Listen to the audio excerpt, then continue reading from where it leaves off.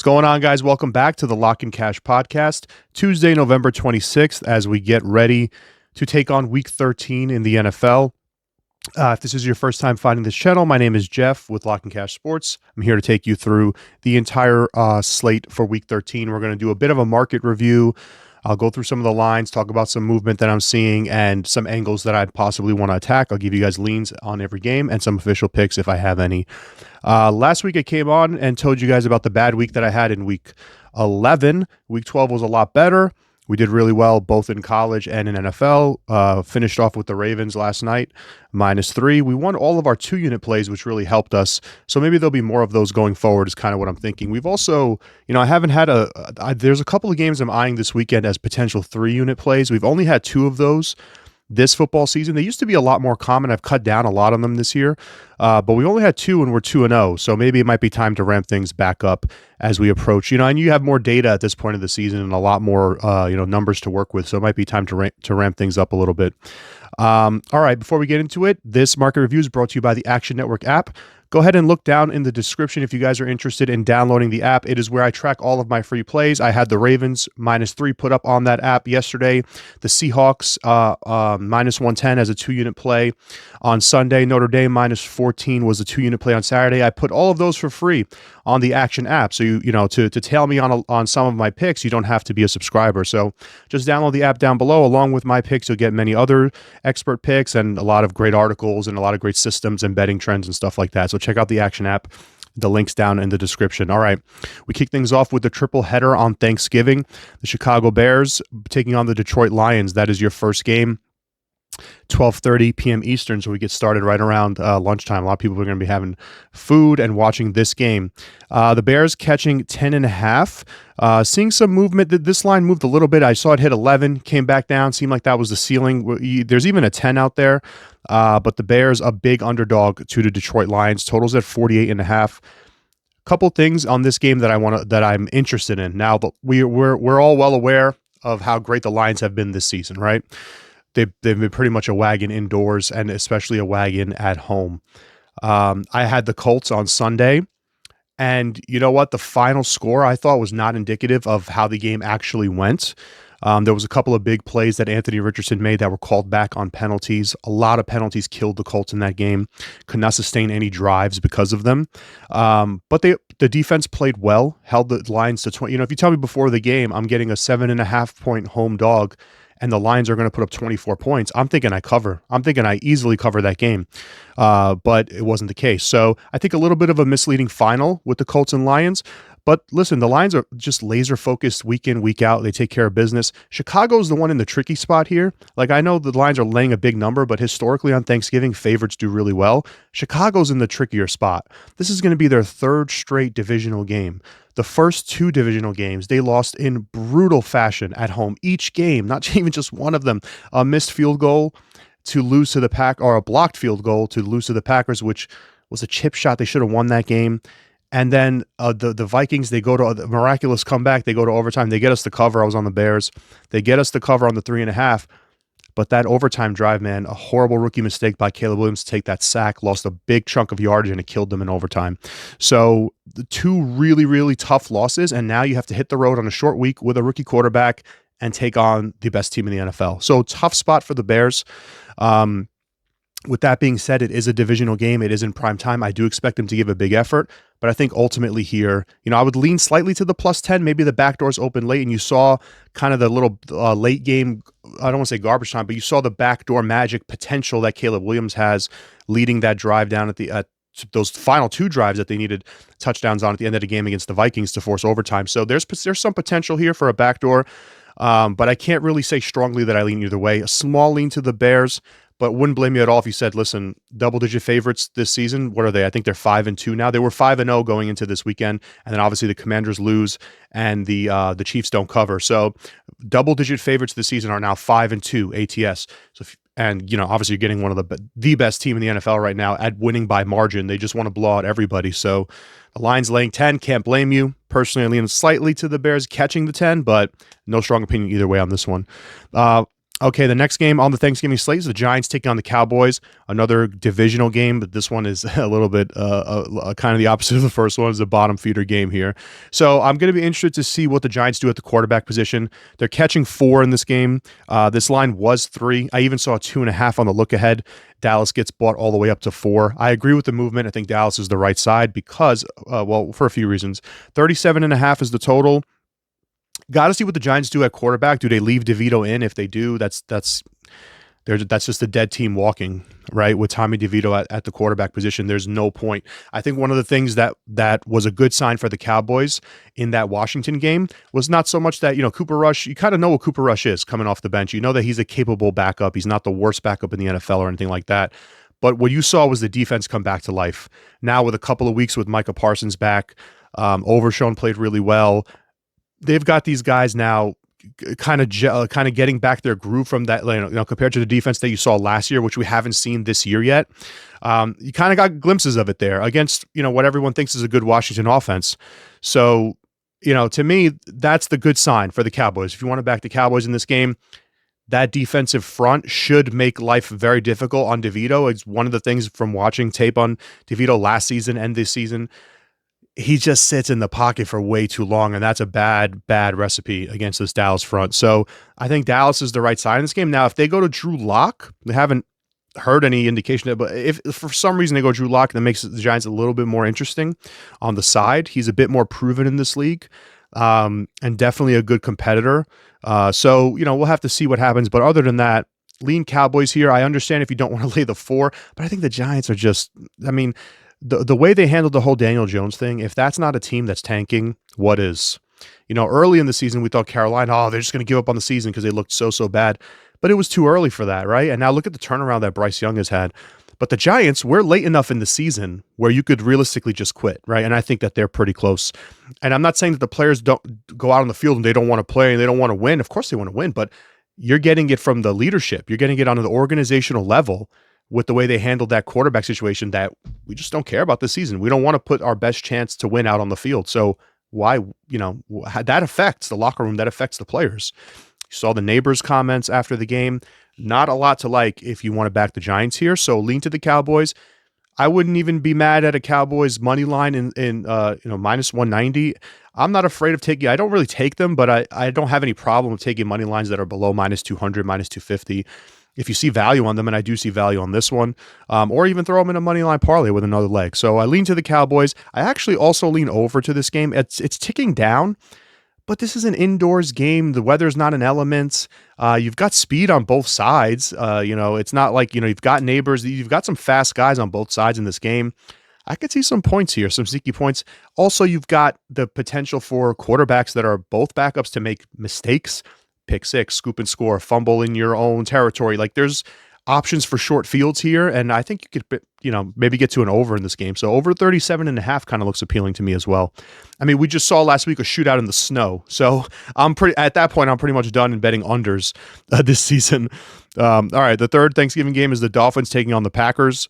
Miami catching 3 or 3.5, depending on where you look. They've been the side that's taken money in this game. Totals at 47. In this one. All right. So the Dolphins have looked really, really impressive. Since, honestly, since getting Tua back, even though they lost the first couple games that he came back in, but the offense has been clicking. Now they've rattled off several wins in a row. Dominant win last week against the Patriots. The Pats never got anything going in that game until garbage time. So that's back-to-back dominant wins by the Dolphins over weak teams, granted, and both of them at home. But still, impressive showing from the Miami offense, which seems to be clicking now and seems to be getting back that groove that we know them for, right? And they're going up against the Packers, who, beat up on a downtrodden, broken Niners team that's riddled with injuries. I was on Green Bay in that game, so I wasn't surprised at the result. But I will say that this Green Bay defense is not that great to me. And this will be a good test for them, right? Because they came out of the bye, took on the Bears, and the Bears, I thought, played well against them. Then you get the Niners. The Niners never had a shot with Brandon Allen. It's just throw away that game. It's a fluky result, 38-10. So this is going to be interesting. I think the Dolphins are going to be able to move the ball on them. I do. I think the Dolphins could put up some points in this game. Now, the narrative you're going to hear about this one is Tua outdoors on the road. We've heard this for years.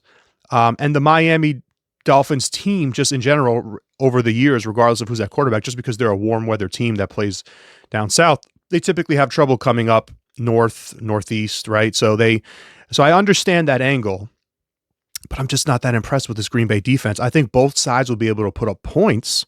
So I lean to the over 46.5 if you can get that number before it hits the key of 47. I like that a little bit better than either side. Now, in terms of the side, it's interesting because for you to get a 3 here, Green Bay -3, that's insinuating that on a neutral field, the Packers are even with the Dolphins or maybe a half point better, depending on whether you give 2.5 or 3 points for Lambeau Field, because it's one of the best home fields in football. So I personally give it 3. So I can't get to this number, right? Because I don't have the Dolphins and Packers rated equally. I have the Packers rated ahead of them. So my line for this game would be like 4.5. Maybe you can argue me down to 4, but I'm pretty firm on 4.5. So on the surface, it's like, oh, it's value on the Packers. But for some reason, I don't like it. I think the Dolphins are going to move the ball on them, and I think the Tua's going to be able to throw on them. And I think the cold weather narrative thing, there's no snow, there's not much wind. It's just going to be cold. I think it's a little bit overblown. So I'm a little torn on the side, although my numbers say Green Bay, but I do like the over 46.5 in that game.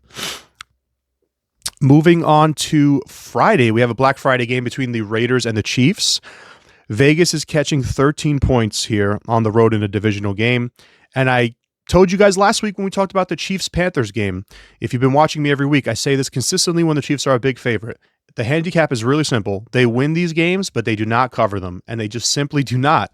Mahomes, when he's a favorite of 7 or more, has a poor hit rate. It's like 40% against the spread. I don't think he's covered one of those this season because they were big favorites at the Raiders. Remember, they were like -8.5. They won by 7. They were big favorites at the Chargers. I think it was -7. They pushed. They won by 7. That was a game where they didn't even have Herbert.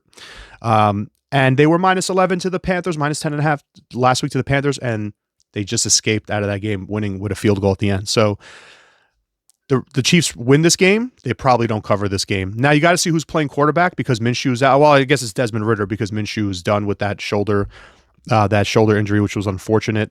So you get Desmond Ridder in this game, but hey, 13 points. They don't cover these spreads. I'm telling you, go back and look at the Chiefs and Mahomes numbers. They don't cover. So I think it's very simple. I lean slightly to the over 42.5, but wouldn't go crazy with the total. But I think if you can get 13.5 here, which is still available on some books for the Raiders, that would be the side that I take in this game because I think the Chiefs probably win this. The Chiefs very likely probably win this game by 8 to 10 points, something like that, 7 to 10 points. All right, now we get to move on to Sunday. We've got the Seattle Seahawks taking on the New York Jets. Been a big line move in this game. Seattle is -2.5 right now. Total's at 41.5. But at the look ahead, Seattle was +1. And then when the line reopened, they were, I think, -1. And now this has been brought up to -2.5. Now, I did a whole video on shorts here, which I know some of you probably saw, and on TikTok Reels, for the Seahawks. I gave out my best bet was the Seahawks on Sunday. So I'm high on the Seahawks. That was against the Cardinals. I thought the matchup was great for their defense, and it ended up, coming to fruition, luckily. But I also thought the matchup was great for Geno on the other side because the Cardinals don't really they're like 25th in pressure. The one thing that concerns me with this game, now Geno coming back to face his old team, there'll be motivation there. The Seahawks are clearly the better team. But the Jets are coming out of their bye, so you're getting a home dog off of their bye week here. And there's a lot of drama surrounding the team with Rodgers potentially not coming back next year, whatever, blah, blah. Listen, I'm not saying to bet on the Jets in this game. All I'm saying is that before, if I just look at this on the surface, I like Seattle, and I'm very high on Seattle's defense for the rest of the season. But I don't love the spot for them because now they've won back-to-back divisional games. They upset the Niners as a dog. They upset the Cardinals as a home dog. They were +1. So now they've won back-to-back divisional games. Now you hit the road on a non-conference game, non-divisional opponent that's coming out of their bye week. And if there's one thing, which I spoke about in that video, if there's one thing that bothers Geno Smith, which the Cardinals couldn't do, it is pressure. But guess what? The Jets can get pressure. With Quinnen Williams and those guys on that defensive front, they will likely get pressure in this game. So that's going to disrupt things a little bit for the Seattle Seahawks. So I could maybe see you leaning to, 41.5 is so low, but I love the Seahawks defense. They're healthy now. They're playing so well. Both teams Seattle's really good against the run. The Jets have not shown any ability to throw the ball downfield consistently this season. So I could see an under, but to me, I'm not advocating a play on the Jets, but I am saying that whereas I would have been on the Seahawks before, now I'm kind of hesitant. So it makes it an overall pass for me probably on this game. If the line were to come back down and I can get Seahawks money line at a reasonable price, maybe that would be the look. But this game to me screams maybe a bit more high variance than I expected. Only because the Jets are coming out of their bye and they can get pressure. So, and you even saw Geno Smith, even in that game last week where I thought he played well overall. The defense played great, but they only scored one offensive touchdown. They got a pick six and he threw a pick in the end zone. So it's not all perfect on the Seahawks offensive side. I really like their defense, but the Jets, I think, can give them some issues with their pressure and their blitzing of Geno. So we'll see how that goes. So overall, I just want to give you guys some context and insight, but overall, probably a pass for me on that game. The Texans taking on the Jaguars is the next game up. Houston's laying 5 on the road here. Totals at 43.5. Man, the Texans, this would normally be the buy back or buy low spot on Houston after they lose outright as an 8-point favorite, 7.5-point favorite, whatever it was, against the Titans. But man, I can't really get behind it. You got the Jaguars coming out of their bye week. Again, a home dog coming out of their bye week, a home divisional dog. These home divisional dogs, last week there was 2 of them. I made a video about it. It was the Bears and it was the Raiders, and the Bears cover. The Raiders got within inches of covering. They're at the 1, first and goal at the 1 with 30 seconds left or whatever it was to cover the +6. And they throw it 2 times, it gets sacked, and the clock runs out. Brutal way to lose. I was my smallest bet, but I had Raiders +6. The brutal way to lose. But my point is that these divisional home dogs, there's usually a path to a cover. And the Jaguars, maybe they clean some things up coming out of the bye week.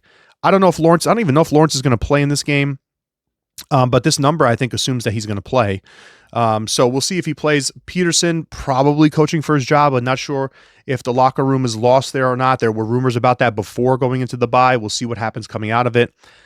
But man, the Texans just don't look like an elite team. Coming into the season, I thought they were. I thought that Houston was an elite team. I would have had them preseason in my top 6 or 7 teams. They're not there anymore for me. And they just haven't been good at covering these big spreads. They covered that one against the Cowboys, but the Cowboys were a dead duck in that game. And I just can't, I can't lay 5 here with the way this team has looked. They have the explosiveness back with Nico Collins healthy. He's looked good. He's had 2 touchdowns called back on penalties. So he has, they look like they're okay there, but they just make silly mistakes. The defense does not look, Will Levis he played really well against that, even with the pick 6, and he threw a pick 6, got sacked 9 times and still put up 30 points on that defense. So I've got concerns for the Texans, basically, is what I'm getting at. I wouldn't be mad if you said you were taking the +5 with the Jags. It was 5.5, by the way, so someone agrees with me. It's come down to 5. So I wouldn't be mad at that. I just would stay away from the Houston side here. I think they probably bounce back and win this game, but I'm not sure they can win it by margin. So small lean to the Jaguars. Actually an over in that game too, 43.5. It's sitting above a key number with the hook, but I still like it because the Jags, if Lawrence plays, he was playing well before he got hurt, Trevor Lawrence. The passing metrics were there, so he's going to sling it, and they got nothing to lose.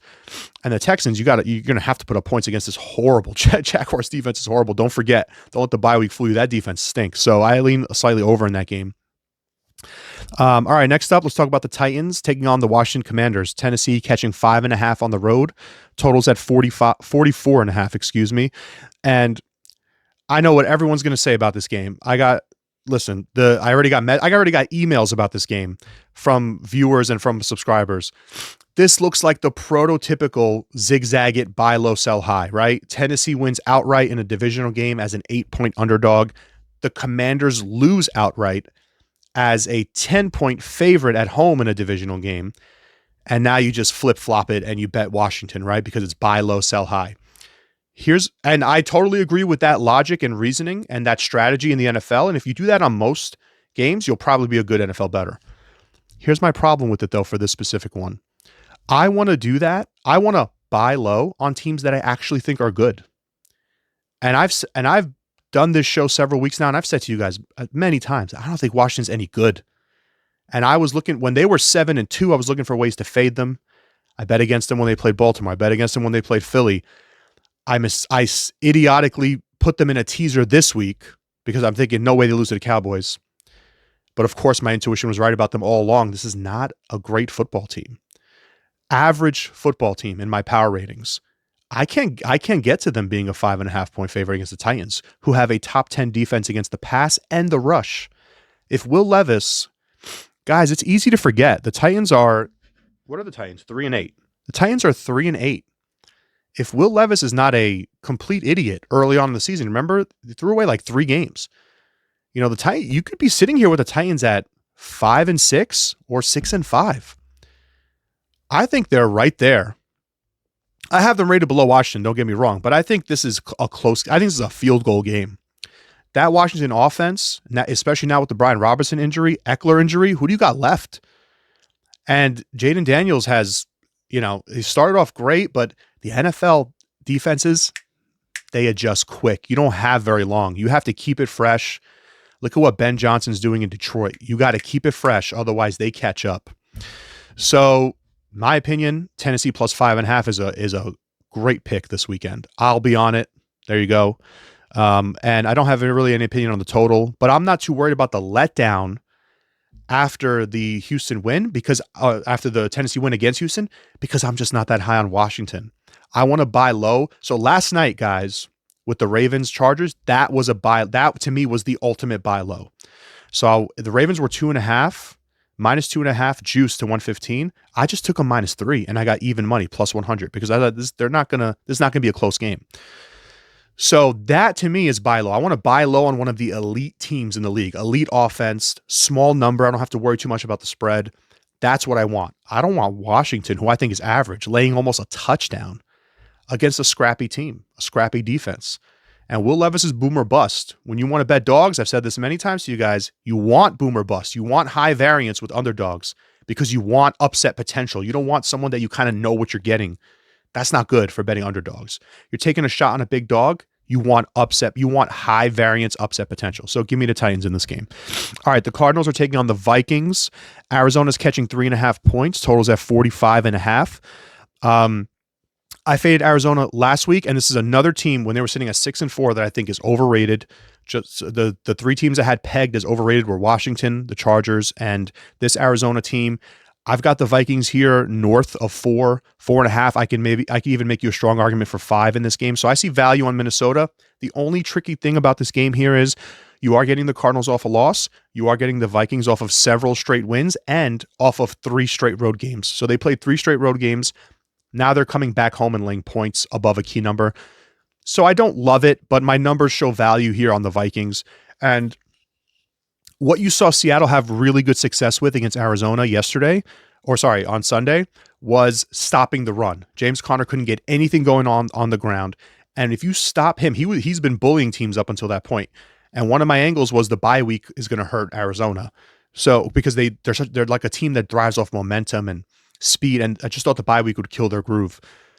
James Conner, if he can't run the ball, that offense starts to crumble piece by piece because you have to rely on Murray scrambling, and he's explosive. He can do it, but it's hard to sustain that for 60 minutes. Now, they couldn't run at all on the Seahawks. So how good the Seahawks rush defense looked. Minnesota's the best rushing defense in the NFL. They're not going to move the ball on the ground on them. All right, so it's going to have to be Kyler Murray throwing through the air, relying on these weapons, which are subpar receiving core. And then on the other side, Arizona doesn't get much pressure. Like Chicago was able to disrupt a few drives with Sam Darnold because they were able to get pressure. Arizona does not get a lot of pressure. They're not great over the middle. They're not great in secondary. I think Darnold could have a good game. I think the Vikings could pull away in this one. So I like Minnesota minus 3.5. But again, just to warn you about the spot, they did play 3 straight road games and they have been on a roll.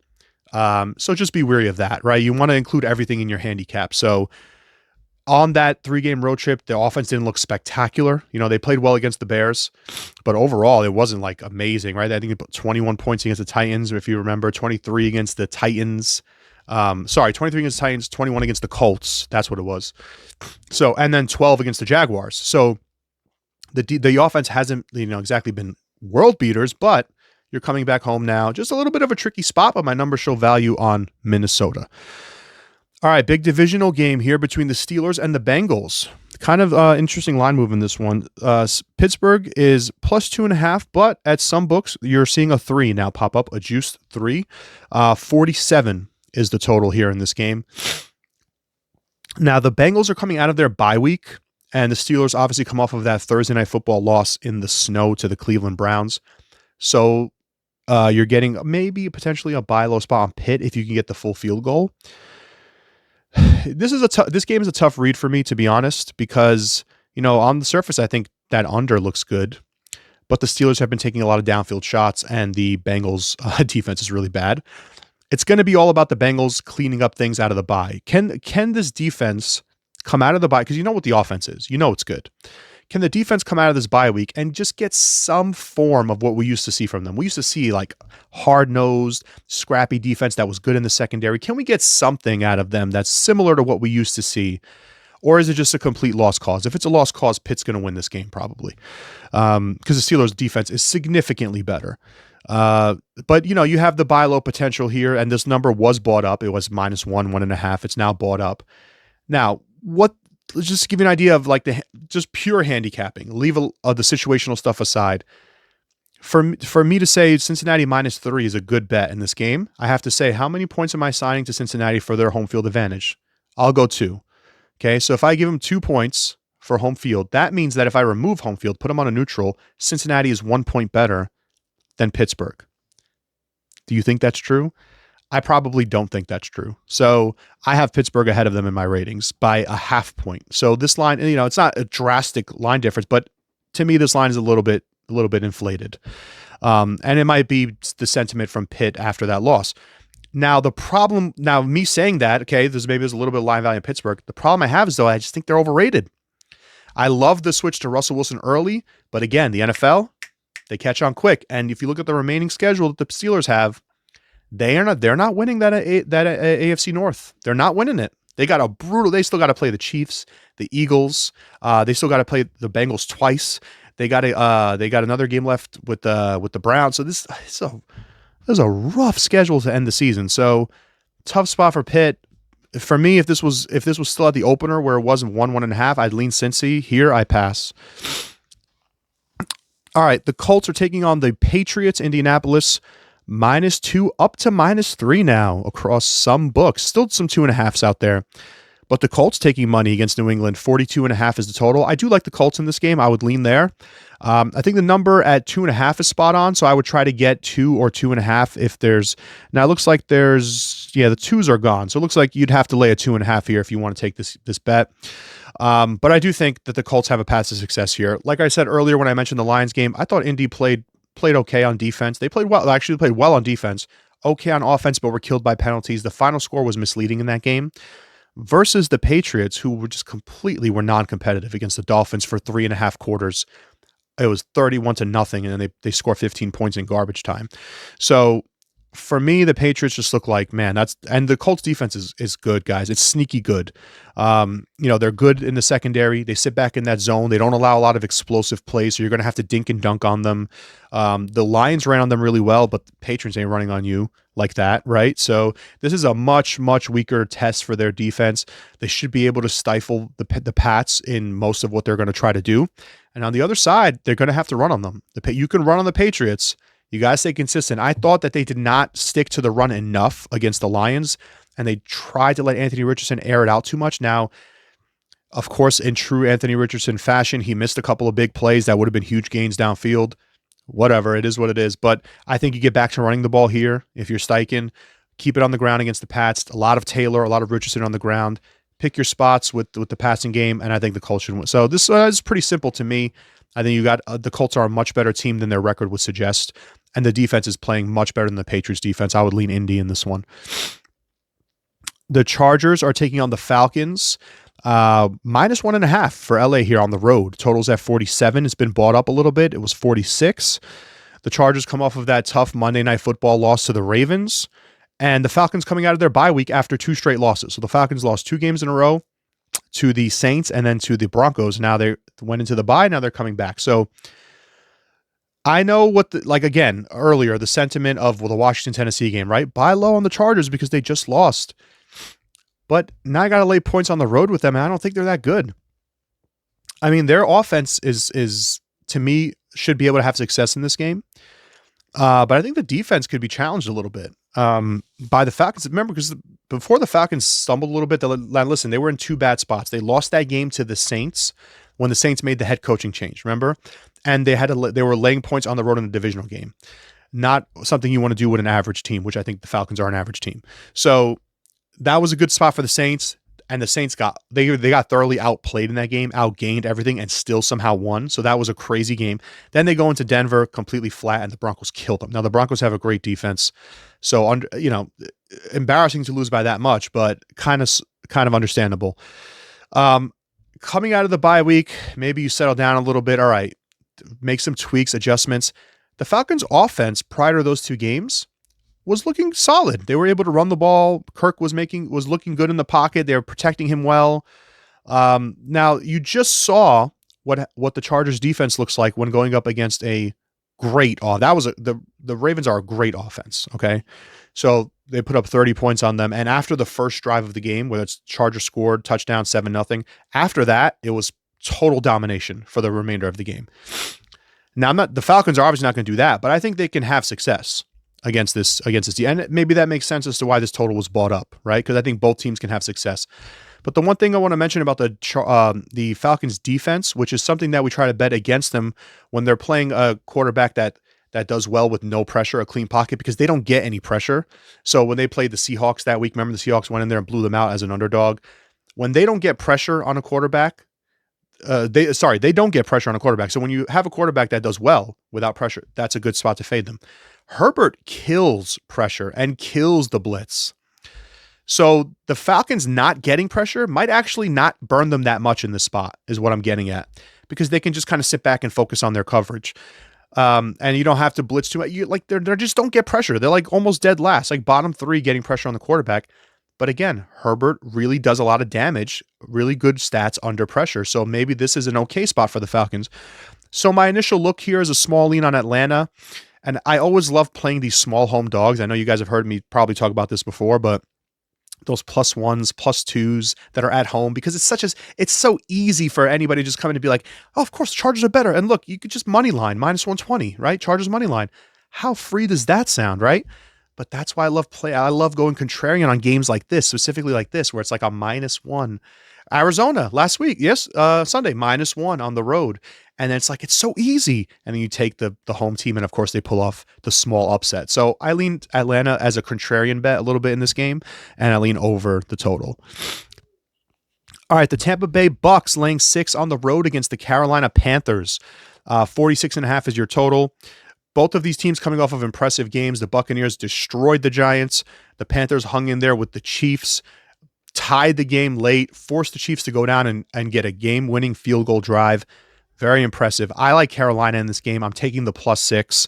And I think that this will go right down to the final drive, just like that game did. The Buccaneers came out of their bye week, and they were hyped up. They were rested. They were ready to go. Something that they needed. They really needed that bye week. And look at who they got out of it, right? They got the Giants with Tommy DeVito at home. A team that's basically given up. And I was initially interested in the Giants +6, but when I saw the whole fiasco with Jones getting cut in the middle of the week, which obviously before I recorded this, I didn't know that was going to happen. When Jones got cut, the comments from Drew Lock, if it was Drew Lock, I maybe would have looked at the +6. Once they went to DeVito, that's a quit sign. You can peg a team that to me is like, all right, we're giving up, because you're not giving you're not playing your best chance to win. Because Drew Lock is clearly better than Tommy DeVito. So quit sign from the Giants, and it was obvious on the field. But divisional games on the road, Tampa in my power ratings is a slightly above average team when fully healthy. Laying divisional points on the road with a team like that is a recipe for disaster long-term in the NFL. So give me the Panthers +6, and I definitely think the Panthers can pull off the outright upset. I am stunned by the turnaround for Bryce Young. This kid looked completely lost last season. He looked completely lost coming into this season, the first few games. Man, it just looks like the benching might have actually turned him around. And the one thing I'm seeing with him is that it's not scheme or X's and O's. He just doesn't look afraid anymore. It's kind of just like, I've got nothing left to lose. I know what it feels like to be at rock bottom now. They threw me on the bench for some old Andy Dalton, no disrespect, the Red Rocket. They threw me on the bench. I got to watch this disaster on the field. This is better than me. So he's basically been at rock bottom, and now he's like, I got nothing to lose. So he's out there slinging it, and I love that. High variance for a big dog, right? So give me the Panthers +6, and I'll probably sprinkle a little bit on that money line. All right, the Rams on the road against the Saints. They're laying 3 points against New Orleans. 48.5 is the total. This has also been bought up. It was -2, so there's been some steam on LA. I agree with the side. The Saints are another home dog coming out of their bye week. We have several of those this week. But the Saints on paper, man, do not have a lot of talent on that roster. I know they've got Kamara. I know Derek Carr throws an accurate deep ball. The Rams are going to be prepared for it. Sean McVay, huge coaching advantage in this game. Disparity between McVay and Rizzi on the other side, the interim coach. So look out for that. Rams in a bounce back spot. The Rams are our type of team because they have an experienced coach and because they have an experienced quarterback and good weapons at the skill positions that I wouldn't be afraid with laying a number on the road with them, if that makes sense. So Tampa Bay is one of those teams where not so much, depending on the opponent. The Chargers, maybe. But the Rams, I would be comfortable laying points with them on the road. So small lean to the Rams this game. Not much else to say. It's hard for me to get a read on the Saints. They won 2 games going into their bye week in a row. Unlikely, but they won them both. Although it was against the Falcons and then the Browns, who looked completely dead. But this just shows you the NFL week to week, right? The Falcons lose to the Saints, the Browns lose to the Saints, then they go beat the Steelers on Thursday Night Football, like all these crazy things. But small lean to LA in this game, not too strong of an opinion. This next game has game of the week potential. Eagles in Baltimore taking on the Ravens. Philly is +3 at just DraftKings, but +2.5 everywhere else. Both coming off of dominant performances on 2 primetime slots. Sunday Night Football, the Eagles dominate the Rams. Monday Night Football, the Ravens dominate the Chargers, both on the road, both as 2.5-point favorites on the road. So what to make of this game? Total's at 51, high total, right? I can tell you this. After week 10 or 11, we're after. Late season, basically, when 2 teams meet, there's a trend here that I'm getting at. When it's late in the season and 2 teams meet that both average over 100, I think 130 rushing yards per game, which both of these teams qualify, there's a very strong unders trend. It's like 70% plus. It's like north of 70% to the under. And totals of 50 or higher have been hitting at a good rate to the under this year, over 60%, 65, I think. So I initially look at the under in this game, and I think both teams are going to keep it on the ground. And they both defend the rush really well. So it's going to be a battle in the trenches.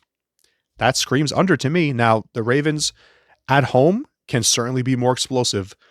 Listen, you've had some games, someone pointed out this to me, and it's very interesting. You've had games over the last few years where elite teams come into Baltimore and they just get their doors blown off.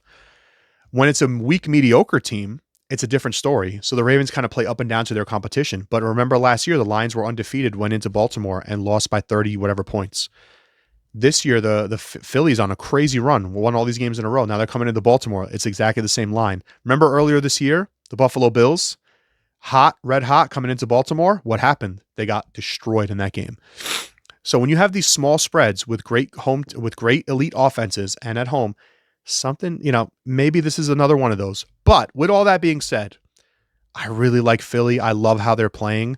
If you're going to give me 3 at it's right now -112. If I can get 3 -110, I might be in on Philadelphia to keep this close and to use Saquon on the ground as much as they can, pick their spots in the air. The Chargers struggled. The Ravens defense had a good game on Monday Night Football. That was a good showing for them to show that they kind of fixed some of their problems and bounce back. But at the same time, the Chargers don't have the weapons that Philadelphia has. They don't have and they lost Dobbins mid-game. You've got Barkley, you've got Hurts, you've got all those weapons. This is going to be a phenomenal game. At 3, I would lean to the Eagles, but overall for the game, I would lean under the total of 51. All right, your Sunday night football game would have been a great game, but it's the Niners versus the Bills. San Francisco getting 6.5 points, totals at 46. Looks like Purdy is, this line is insinuating that Purdy misses this game. I like Buffalo a lot. If he doesn't play, I get the buy low, but I've talked about this for weeks now about San Francisco, that they just look like a mentally dead team to me, emotionally drained. Too much adversity for them this season after losing the Super Bowl last year. This is not, in my opinion, the type of team that I want to buy low on right now at this point. Still too many injuries. Even if Purdy plays, he's not 100%. You're getting 6.5 years on DraftKings, but it's 7 pretty much everywhere else. I would personally lay the points with Buffalo. I will probably end up having Buffalo in some kind of way, whether it's team total, money line parlay, maybe tease them down if it's 7. Although I'm trying to get off the teasers because they've killed me this year. But maybe include Buffalo in some way, some form or fashion. But I think this is one of those games. The Bills coming out of their bye week, they see a team that is supposed to be elite, but they're weakened, they're defeated. I think they smell blood. And this could be a game where it's just not an enjoyable game to watch. And Shanahan, he's a good coach, but I think I mentioned this in one of my videos that the usual Shanahan tactics just are not working anymore. That's it. I think it's kind of run its course a little bit. So lean to Buffalo in that game. All right, Monday Night Football. This one stinks. The Browns taking on the Broncos. Denver laying 5.5. After Cleveland pulls off the upset as a home divisional dog, this is a team that I certainly would be comfortable fading the following week. So I would lean to the Broncos here. I thought it was a good spot for the Raiders and the Raiders last week, and the Raiders did almost get the cover. But even then, with the Broncos still put up 30 points on them, man. The Broncos are good. They're good offensively. I don't think they're great, but this is a good team. And I think they have a very bright future, and they obviously have a good head coach. So small lean to Denver. Don't love laying big spreads in nationally televised primetime games, but I can't get back behind the Browns after that crazy win in the snow, which was such a high variance emotional win. It was so, I don't want to call it fluky because they beat them, but it was just such a crazy game. And backing a team coming off of a game like that is typically not a good idea. I would lean to the over 42 because Winston is going to throw, high variance quarterback, and the Broncos offense just looks solid. So I would lean over 42, and I would lean slightly to the Broncos covering that 5.5. There you go. That's week 13 in the NFL. Guys, quick note on Thanksgiving. Every year I give out my Thanksgiving NFL betting card completely free. So I will drop a link down in the description for the sign up form. All you have to do is sign up. We have now like hundreds of people already on the list from other socials. So just get on there, put your name on the list. And then I think it's going to probably be released Wednesday afternoon or Wednesday night because we don't do it the morning of. It's not enough time for everybody to get the bets in.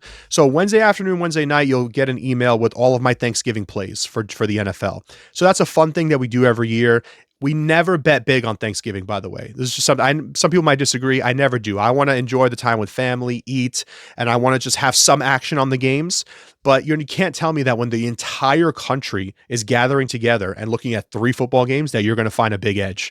You're not going to find a big edge. And I've already gone through those 3 games and how there's no real strong edge in my opinion. So we pick our spots, maybe some prop bets, maybe a money line parlay. We put a half a unit on each thing, and we enjoy the day and sweat out some bets. Nothing big on Thanksgiving, but it's a lot of fun. I do it every year, give it out for free. So check down the description for that.